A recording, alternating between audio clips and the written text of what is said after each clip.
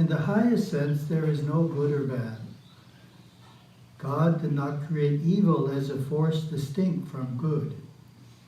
He granted to souls the divine laws of dharma and karma, along with the freedom to act as they wish in the great ocean of experience. This is God's grace allowing us to learn and evolve.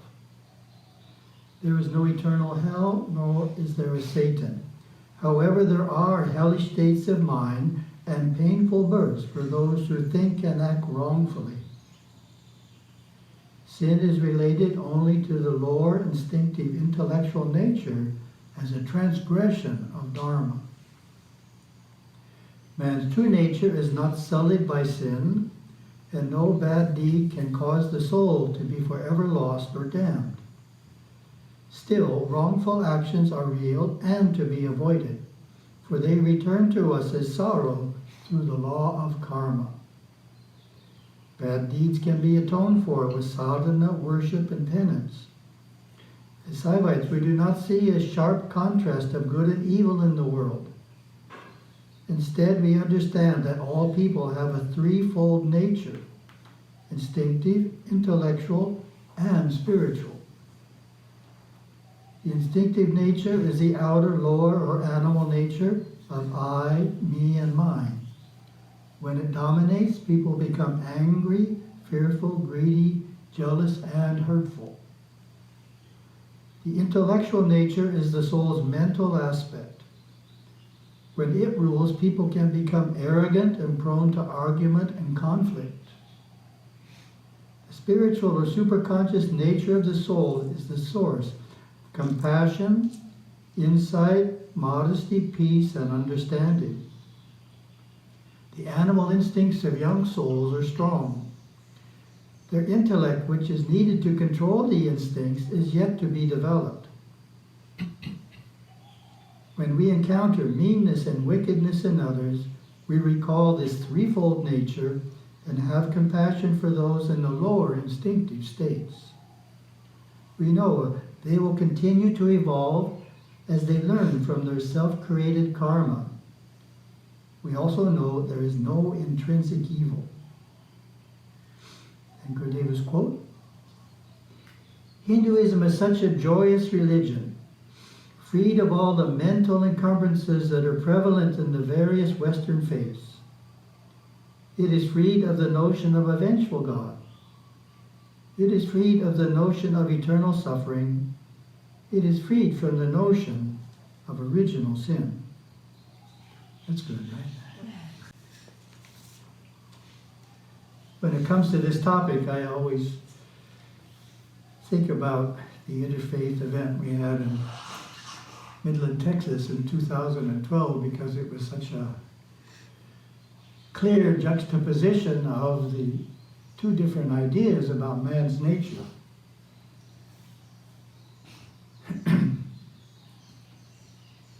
The question we were answering was, in your faith, is humanity considered a one family? That's the question. My answer was, the Hindu belief that gives rise to tolerance of differences in race and nationality is that all of mankind is good. We are all divine beings, souls created by God. Hindus do not accept the concept that some individuals are evil and others are good. Hindus believe that each individual is a soul, a divine being, who is inherently good. Scriptures tell us that each soul is emanated from God as a spark from a fire, beginning a spiritual journey which will eventually lead it back to God. All human beings are on this journey, whether they realize it or not. And we had the Baptist minister, who we've known for many years, Dr. Randall Everett, gave his point of view, which is amazingly different. The idea of the oneness of humanity, this is where Christianity would differ from some of the religions. We do believe in the oneness of humanity, but that the oneness of humanity is that we are all a fallen people. I'll read that again, that's so different. We do believe in the oneness of humanity, but the oneness of humanity is that we are all a fallen people. We do not believe that we are inherently good. We believe we are inherently selfish and self-centered, and that's why we need to be rescued or redeemed. That Christ rescues us from the domain of darkness. Very different, right?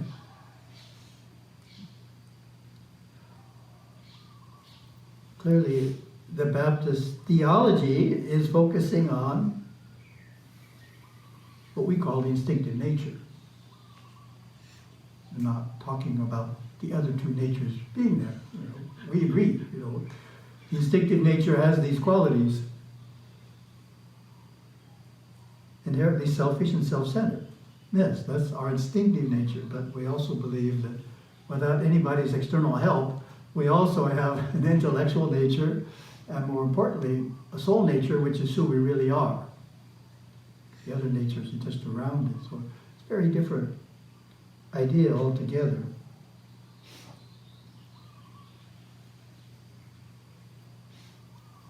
The threefold nature, which is what this is focusing on in the last part, is a very good concept to understand ourselves as well as others. And as the text points out, the instinct gets controlled eventually by the intellect getting developed. So the intellect is very important in that is what controls the instinct. But if we stop there, we're not a spiritual being yet, because the intellect, as this says, is prone to argumentation, intellectual pride. But we have to develop the soul nature, the spiritual qualities of compassion, devotion, to soften the intellect, put it in its place. I like to say the intellect is like a computer. A computer, particularly when it's attached to the internet, can be very distracting. Go all over the place. But the computer, when you use it in a disciplined way, is a great tool to get work done much more efficiently than you could without it. Therefore, the key to the intellect is the same. We need to use it in a disciplined way. As the computer is a tool for a disciplined person, so the intellect can be a useful tool for a disciplined soul. Something he can turn on and off when he needs it. You need to solve a mathematical problem, you turn on your intellect. Done with the problem, you turn it off. You don't want it running all day long, this constant analysis of life. Turn it on and off just like you would a computer. Then intellect is a useful tool to us, and it's there to initially help us subdue the instinctive mind. So these three qualities we can see in ourselves. Therefore, if we start to get angry, we know that's our instinctive mind. If we do get angry, we know we can compensate for it through apology, through doing some penance, skipping a meal. If we do something wrong, we can get rid of it. We should never feel guilty about something we did. Hinduism is not a religion of guilt. If we did something and it makes us feel guilty, it means we haven't done enough penance. We haven't apologized to enough people. We don't want any sense of guilt. Guilt is not part of Hinduism. We're not trying to motivate members of the Hindu religion by making them feel guilty. Trying to get rid of guilt. And likewise, in looking at others, we can see if they're upset and angry, that they're in the instinctive mind, and feel compassion toward them, realize that's just one part of their mind. They also have an intellect and a soul nature, and if we know them well, we can help them move out of that instinctive area. So therefore, we can understand our behavior and the behavior of others by referencing it to these three phases of the mind. David calls them phases. How the mind functions. States of mind are like rooms in a building.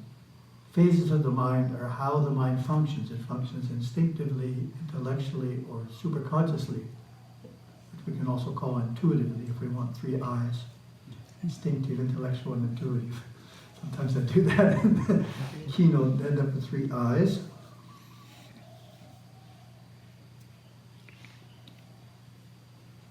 Another important point that this lesson makes is the idea of hell. It says very directly, there is no eternal hell.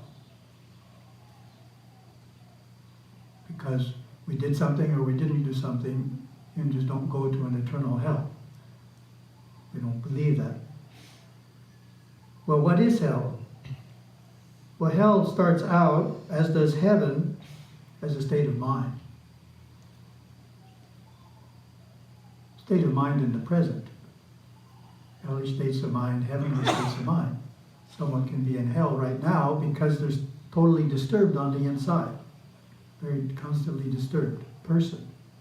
One reason or another. That's a hellish state of mind. We can be in a heavenly state of mind. We just come out of the temple, or in a heavenly state of mind. Or in heaven. Why do we say that? Because when we transition to the inner world, we're still the same person. It's just like walking into another room in your house. You're still the same person, you're just in another environment. But your consciousness is unchanged from what it was before you walked into that room. Therefore, if you were in a hellish state of mind before you walked into that room, you're still in a hellish state of mind. One of the qualities that Gurudeva describes for the inner worlds is that like is with like. Which is different than your different things are all spread out. But in the inner worlds, criminals gather together in the hellish states of mind part. Saints gather together in the heavenly state of mind part. So people gather together according to their natures in the inner worlds. But it's not different, really, than the state of mind you're in this world before you transition. You just have a continuity of consciousness. You don't become a different person just because you don't have a physical body. And then the last point, no Satan.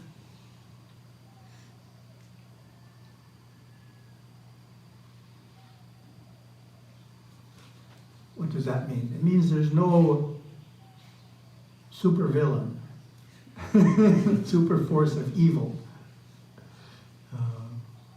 In Hinduism, we just have asuras. None of them is a super being. None of them is Satan. They're just asuras. They're beings that cause mischief. Temples have to have guards and protection so that asuras don't get in. Oh, it's very important. I remember Kumbhabhishekam was a very simple Kumbhabhishekam, small temple, and the priest was doing a homa, just one priest. And I've never seen someone put so much energy into creating protection. He just really, I think half an hour of ceremony was just devoted to protecting that homa from negative forces, because it was a construction site. And he was very concerned about negativity coming in, disrupting the ceremony. So it's very important when you're out there, in a construction site, there's no protection that's been created. And we were advised, even for Yerevan Temple, not to do homas there. We did homas there a couple of times and we got scolded. Or stuff, and he said, you can't do that, there's no protection. You haven't established protection. Fire attracts all kinds of beings. So you can't just do a homa fire in an unprotected environment. It's just not prudent. You can chant. It's fine to chant there, but you don't want to do the homa fire in an unprotected environment. And even if you create a protection, the presence of construction there takes it away. The presence of the weather can take it away too. You don't do ceremonies very often. Well, protection is needed to keep asuras. But asuras aren't, as I say, supervillains. They're just ordinary beings that take delight in causing mischief. It's interesting to watch children. I know some of the children in Malaysia, and one of them really delights in causing mischief. He's not an asura. But he's awfully playful, shall we say, distracted by the opportunities to cause mischief. Easily distracted by the opportunities to cause mischief. So not an asura, but childish. He's not serious. He enjoys causing mischief in situations. I'm sure you know some children like that too. Asuras are more than that, but they're nothing to be feared, but a temple needs to protect against them. And that's one of the reasons the temple feels so different, is it has protection against certain beings and certain energies that you would feel in other places. Well, thank you very much. Have a wonderful day.